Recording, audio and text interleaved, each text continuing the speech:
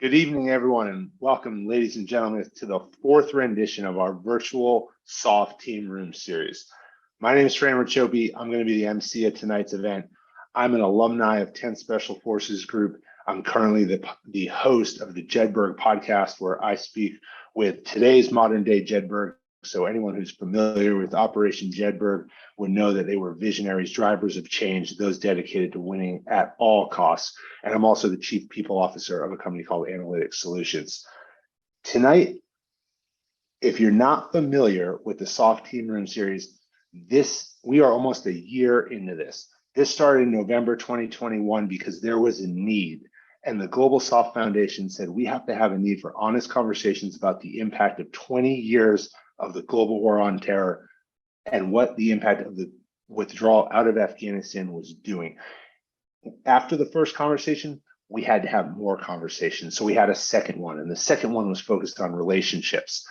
Impactful speakers joined that one, like Tom and Jen Satterley and Siak Ramon Colon Lopez. The third event was focused around transition. We had wise words from Lieutenant General Jim Slife, commander of Air Force Special Operations Command, and Command Chief Greg Smith, who himself just retired earlier that month. Chief Smith, if you're listening, we hope your transition is going smoothly. We hope everyone's transition is going smoothly. I know that I've been out for like 6 years, and I still wake up every day and think, what would it be like if I was in? And I still feel like I'm transitioning. Tonight, we'll be talking about SOF high performance in the gray zone. This is about community. This is about candid discussions. We want to talk about issues. We want to talk health. We want to talk high performance.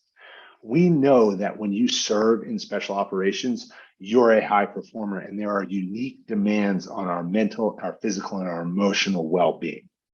It's not just one deployment, one job, one moment in time. It's an entire career, and those careers, they span decades, multiple decades for some people. The demands of high performance intensify most often with the amount of time that we spend in service and the opportunities. We see them as opportunities, some see them as challenges, but when you serve in special operations, you go after them and you have this bulk of experience that weighs on you in some way. These virtual team rooms are the place to discuss these tough topics. When you leave the team room, like we all remember when we were being in those team rooms, you know that your community walks the path with you, and they're going to stand by your side no matter what. The strength of the SOF community continues when we're in that team room, in service, and beyond, no matter where we go. We're going to be here for the next couple of hours. We're going to discuss some topics that my peers, me, our families, and others in the community have been discussing often. You probably may have had these discussions today. I know I had a couple of them already. After the opening keynote conversation, we'll switch gears to be a little less formal with 3 back-to-back health sprints in smaller groups. To get to those, there's a little logistics involved. So you're going to need to scroll down to join the Zoom meeting linked in the health sprint sections of the web page. Join that Zoom, it'll take you there, and then you'll be put in that small group. There you'll have the opportunity to raise your hand and participate in the conversations. Sprint 1 is our SOF connection discussion on leveraging culture to build community, led by the guys from the After SOF podcast, Daniel Bell and Patrick Brennan. Sprint 2 is our health and performance discussion on the SOF brain with Dr. Jason Mihalik, Director of Transforming Health and Resilience in Veterans, or THRIVE program at UNC Chapel Hill. Sprint 3 is our SOF mission and transition discussion with performance expert and former stuntman, Dr. Brian Haidt of Begin Again Performance Psychology. Once those are complete, about 8:30 Eastern, we're going to ask all the attendees to click back into the main event page to watch the closing discussion. You don't want to miss it because we're going to bring it all together. We're going to bring the speakers in. Dr. Chris Free is here. He's going to wrap it up for us. We're going to have a collaborative discussion about everything we talked about in all the breakout sessions and the main keynotes. We want to know what you think. We want you to raise your hand. We want you to get involved. We want it to be a community event. Before I introduce this first series of speakers, I need to thank our SOF Team Room support sponsor, Ghost Professionals Group. Ghost Professionals Group aims to empower students and clients with the skills and training necessary to deter, identify, and navigate risks by equipping those at the heart of the mission to obtain total completion. They generously stepped up in support of this event. You can learn more about them under the sponsors sections of the event webpage. Okay, let me introduce our keynote speakers and get this team room discussion going.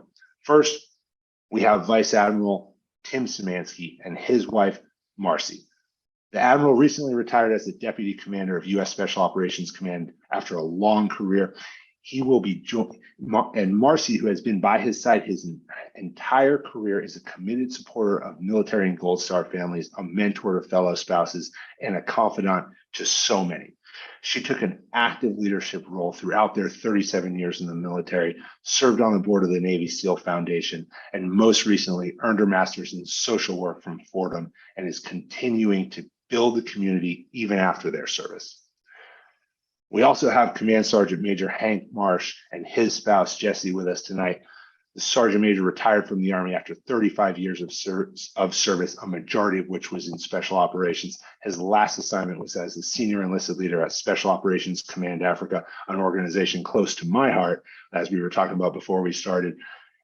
Jessie dedicated herself to raising their family and supporting the unit however she could, and in 2016, she was honored with the Colonel Maggie Ray Volunteer Award. Now she's completing a degree in anthropology and recently returned from an archaeological excavation in Tunisia. That's awesome. Tunisia's really nice. Well, depending on where you go. They're going to be joined by our SOF team room frequent flyer, Dr. Chris Free.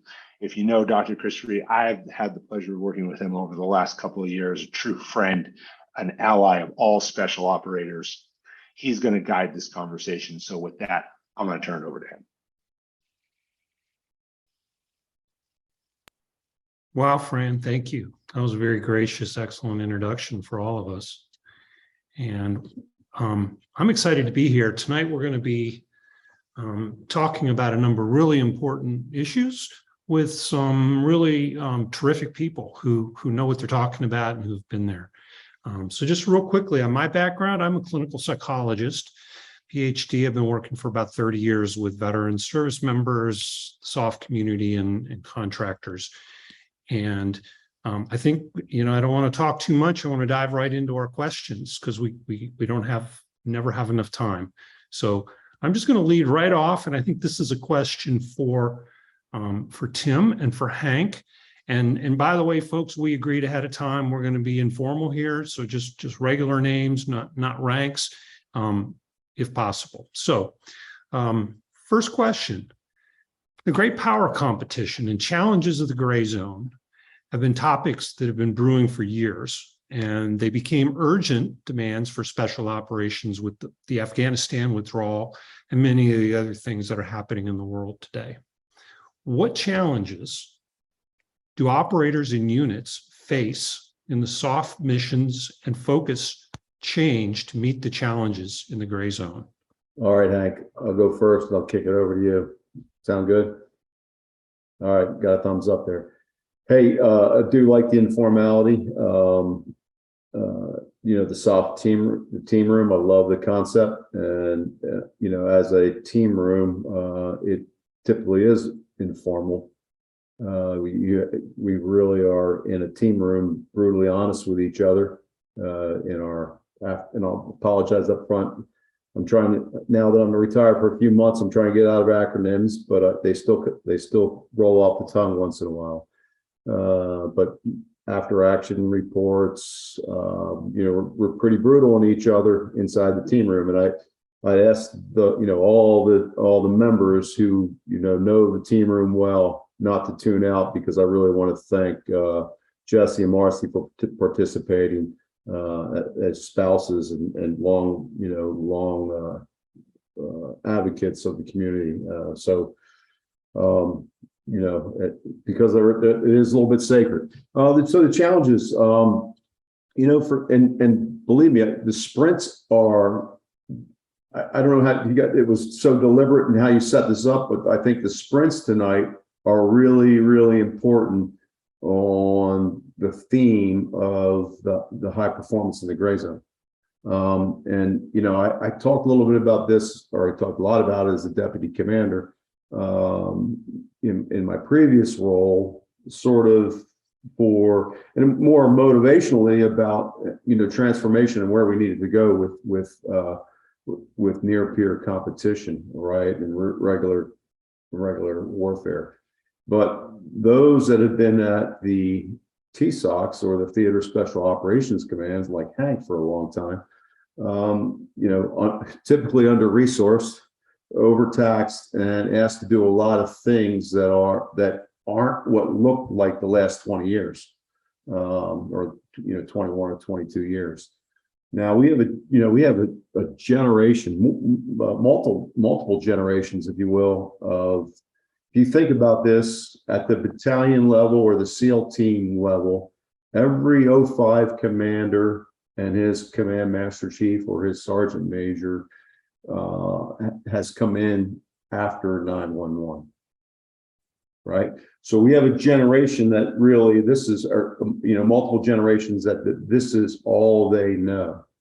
And unless they've been, like Hank, who's spent, a good piece of his career at TSOCs and other places doing those other things, all they sort of know is this kinetic aspects of, we're defined by, unfortunately, counterterrorism and the global war on terror and what we've done in Iraq and Afghanistan. And so I want to put that in context about the challenges of, a China, Russia, this near peer peace. So, we've all experienced tremendous loss, tremendous heartbreak, tremendous success in the missions in Afghanistan and Iraq, and we can own the fight. We can win the fight.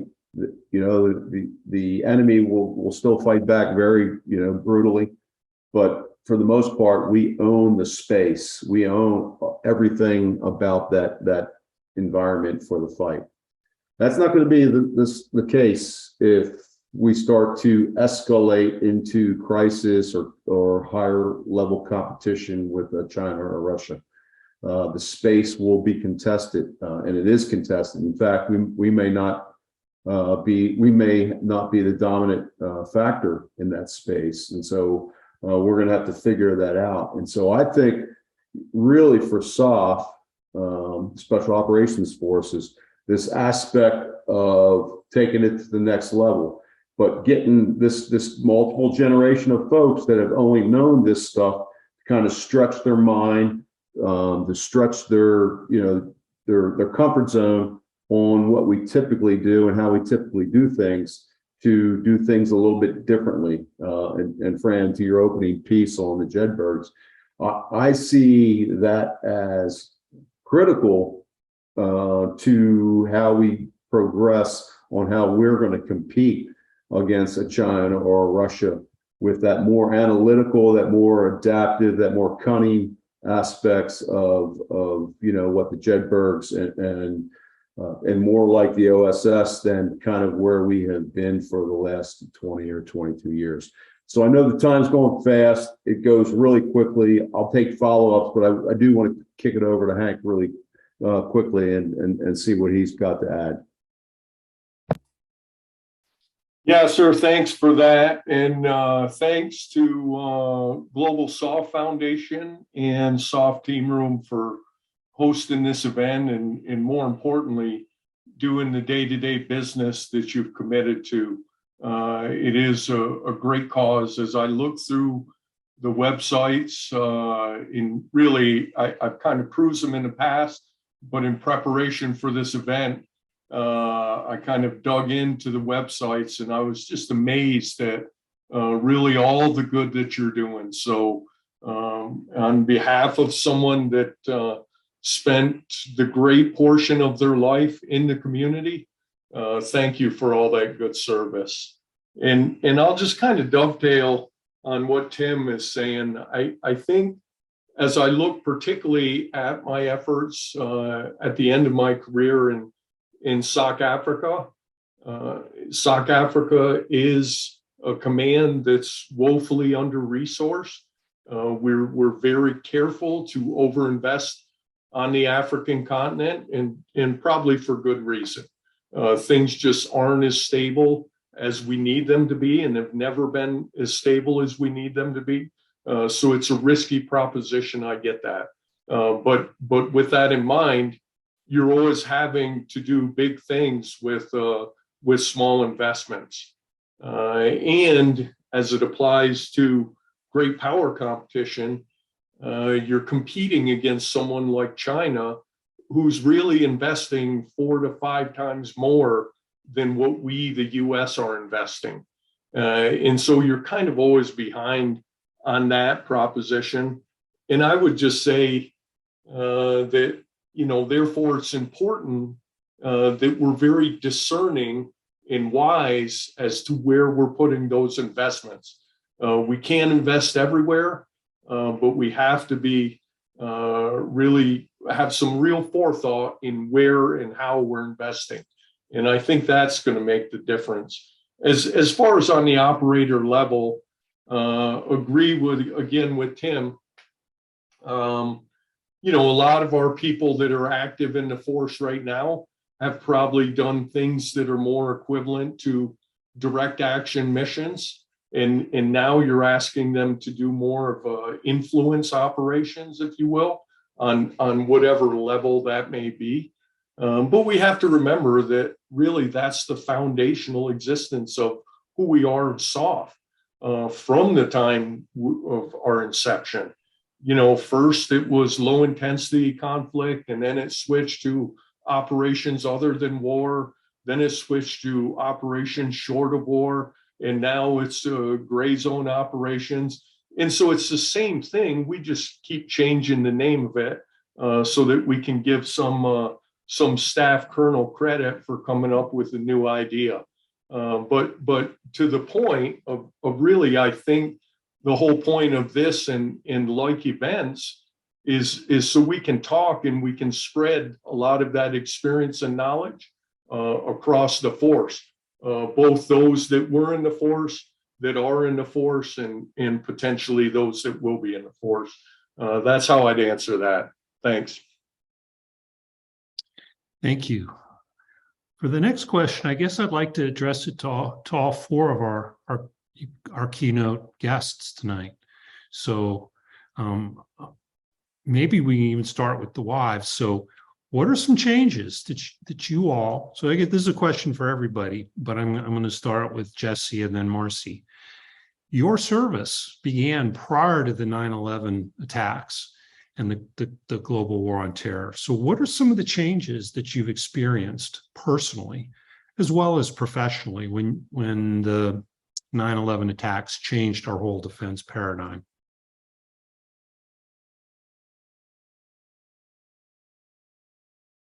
Jesse, you want to take that one first, please? Yeah, before 9/11, it was normal, I guess, soldier duties. And after 9/11, I guess you could say we were like prideful in a way, like America came together and you guys were the first in, and that was our spouses. But then I get emotional. So we started losing people, and that was new. The losing of, a friend's spouse or someone you knew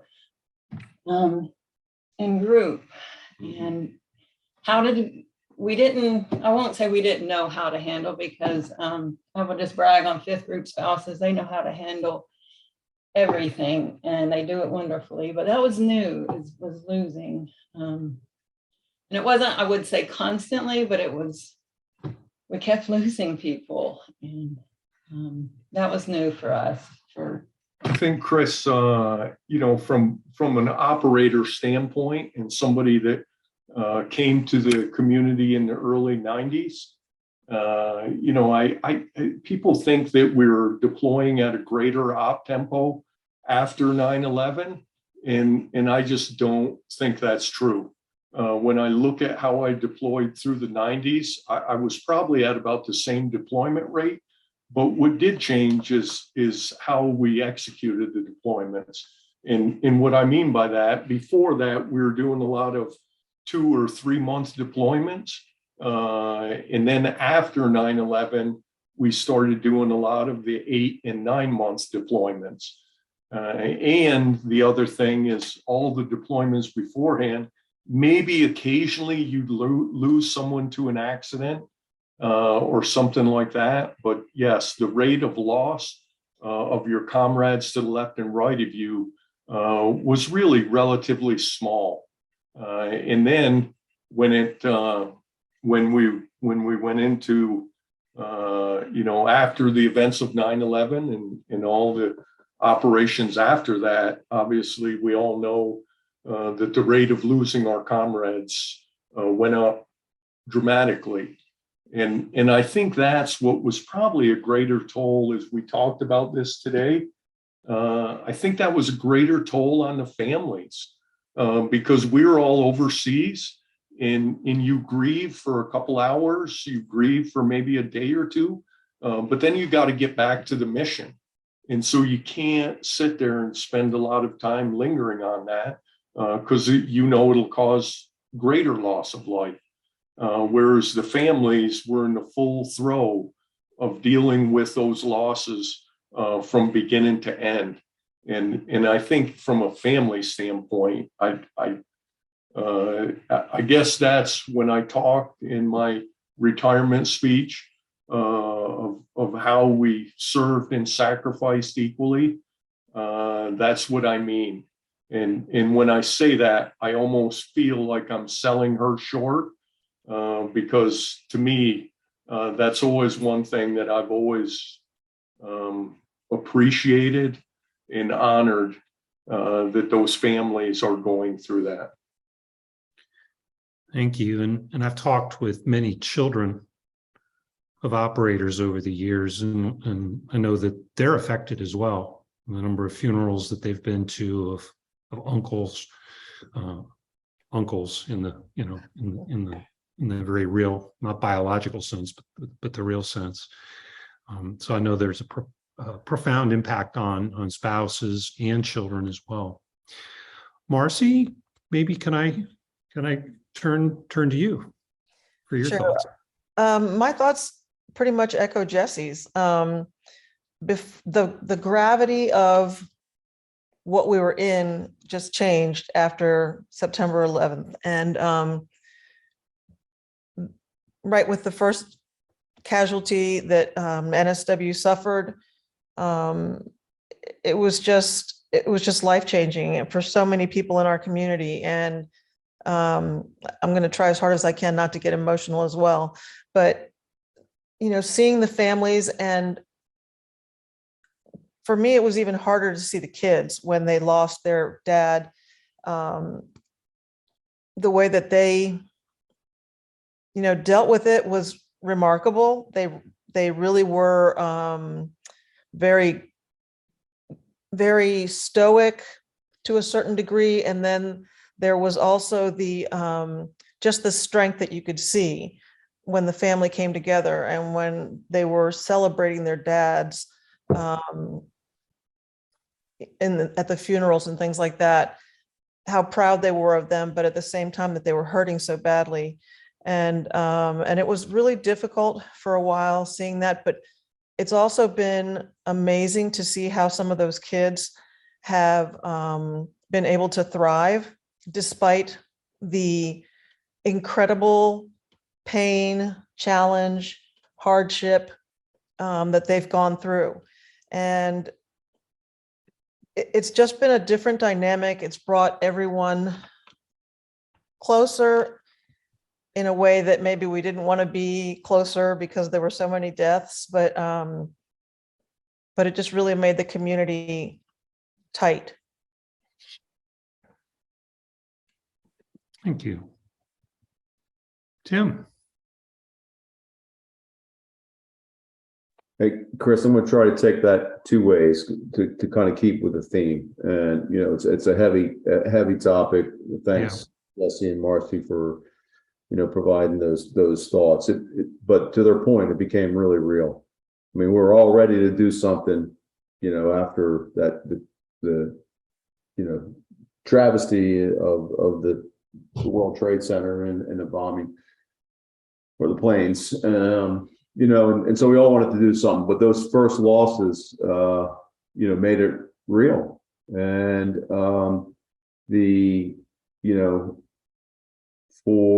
it's been real for 20 some plus years. And it's not like they all came at the beginning And then there was, some in the middle. They have come, and unfortunately, we've had some mass casualty situations in all of our communities, but particularly in NSW with extortion 1-7. And if anyone's on, watching, that's Gold Star spouse, Gold Star family, our hearts and prayers are with you all.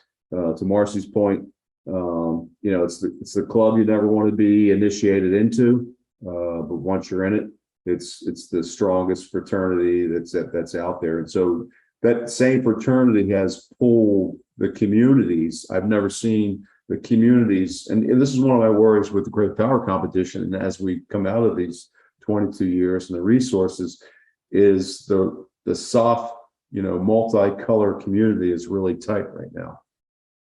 During the Solic years, the special operations low intensity conflict, when there was nothing going on, everyone was competing for the one mission, the one thing to do, the one opportunity, and how you could demonstrate that your community or your unit or your team had something to provide, or they could one up on the others. And so as we think about that going forward, it becomes really important because, first of all, we said it was going to be a marathon and we needed to pace ourselves, but we did the marathon at a sprint for most of our careers, for all of us online, and trying to kind of pace the next generation, have some standard bearers. This aspect of to your sprints, the cognitive performance, because the human performance becomes so important to the team performance for execution, particularly again if in those areas where it's chaotic, it's uncertain, we don't own the space, we don't dominate it, and it's going to be a new challenge for our SOF operators and our teams out there. So this aspect of performance becomes important. And one thing that I'm been on lately, talking about a lot, is how do we unpack along the way? How do we unburden ourselves this aspect of resilience? We know we're tough. We got lots of tough folks in the teams and in all our units. But how do we unburden? We tell guys what they can do throughout their career with rules of engagement or ROE or law of armed conflict and all these things. But how do we give them the skills for what Jesse and Marci were just talking about, and for all of us, the time to kind of deal with our grief and the trauma we've seen or experienced, to kind of move through to build a stronger team so that team is ready to perform at the next level, against in a higher state of play, against a near peer. So I can ramble on this for a while. I'll stop there, Chris, and back to you. Yeah, thank you. And you're right. We're just scratching the surface here. So I wish we had more like 3 hours for this conversation. Well, Chris, could I just add one quick comment to what's coming back to you, Hank? About? I think in the paradigm where the larger force is not involved in the fight, we've had the luxury of having attention given to us with everybody in Iraq and Afghanistan. And now as we look at applying the force in areas where the larger components are not, how do you still keep focus on those areas that are important for SOF, even though the world's not looking there? I guess that's one thing. Thank you. That's a really good point. Hank, is there anything else you would like to say at this point, just briefly, about things you wish you had known at the start of your career 20, 21, 22 years ago? I don't know if that's really fair to the whatever he was, I think 25-year-old Hank that first walked into a team room. I honestly, Chris, I would just say, if I had it to do all over again, I would do it all over again in a minute. This life has meant the world to me. It's been hugely fulfilling because the people we surround ourselves with. And you know, when you go to work every day, and work matters to the people that you surround yourself with, that just makes work enjoyable. The only thing I would add, that, you know, really through my last two jobs, NSOG SOJIDF, the NATO Special Operations Component Command Afghanistan, and then I went from there to Special Operations Command Africa, really working the US SOF have a distinct ability to bring cohesion and complementary efforts within the international SOF community. And that's our huge strength. Few other nations in their SOF components can bring that cohesion to the table. And as we go forward, that's definitely something we need to capitalize on. You know, when I was with SOC Africa, the unfortunate events of October 4th happened, and we lost 4 guys in Niger. And what people don't know is really how French SOF came to really save the rest of the team and get the rest of the team out of there. And had we not had that well-established and developed relationship with French SOF, then we couldn't have got them to respond to do a show of force with their fighter jets literally within 10 or 20 minutes of the event going down.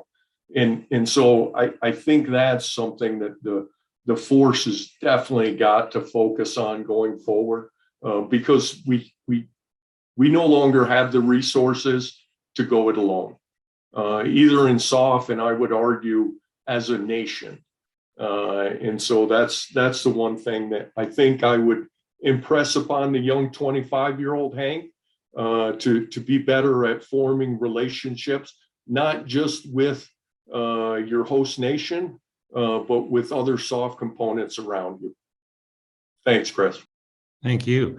So I'm a minute over time, 2 minutes over time, but I want to give you guys, the panel, a chance for any last words or any last thoughts that you want to share. And if there are none, I'll kick it over to Fran.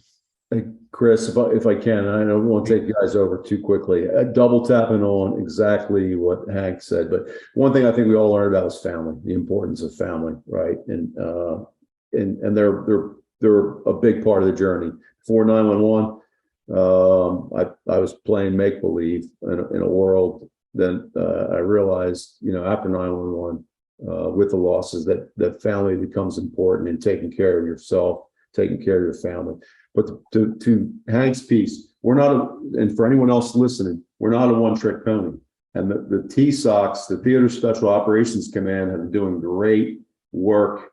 You would think it's all Iraq and Afghanistan, but the things that we are doing, the stability in places like Somalia and other places in Africa, but even what Ukraine is doing, SOF, I wouldn't, if I was in, be a little bit more humble, but we could take some credit for how Ukraine's performing right now in that phase. And the last point is to Hank's great point on relationships. In near peer, to take this back to Gray Zone, is we're really going to be dependent on these other countries. And we went into Afghanistan, Iraq, we basically had to supply everything to our partners. But all those nations, particularly the European countries, soft elements have grown up. And their organizations have really matured over the years, and we're going to be heavily dependent on that complementary effect in near peer competition. Rush through that, but back to you, Chris. Thank you. Excellent. Thank you. And I'm going to turn it back over to Fran. All right. Thank you. Sir Sergeant Major Marci, Jesse, thank you for all your comments. I think if I summed it all up, what I would say is that community matters, but community and relationships are built on people. And what we all know, everybody here, is that soft truth number one holds. That people are more important than hardware every single day. That's what bonds us. That's what builds great organizations. That's what builds great teams, and that's what continues to put our U.S. operators at the top of every hierarchy that they sit in and bring everybody together. So thank you so much. We are going to take a short break for everybody to transition over to the health sprints.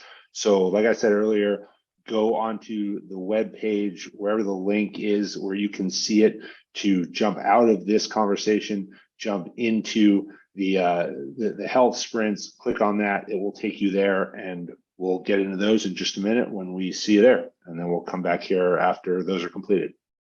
See you then.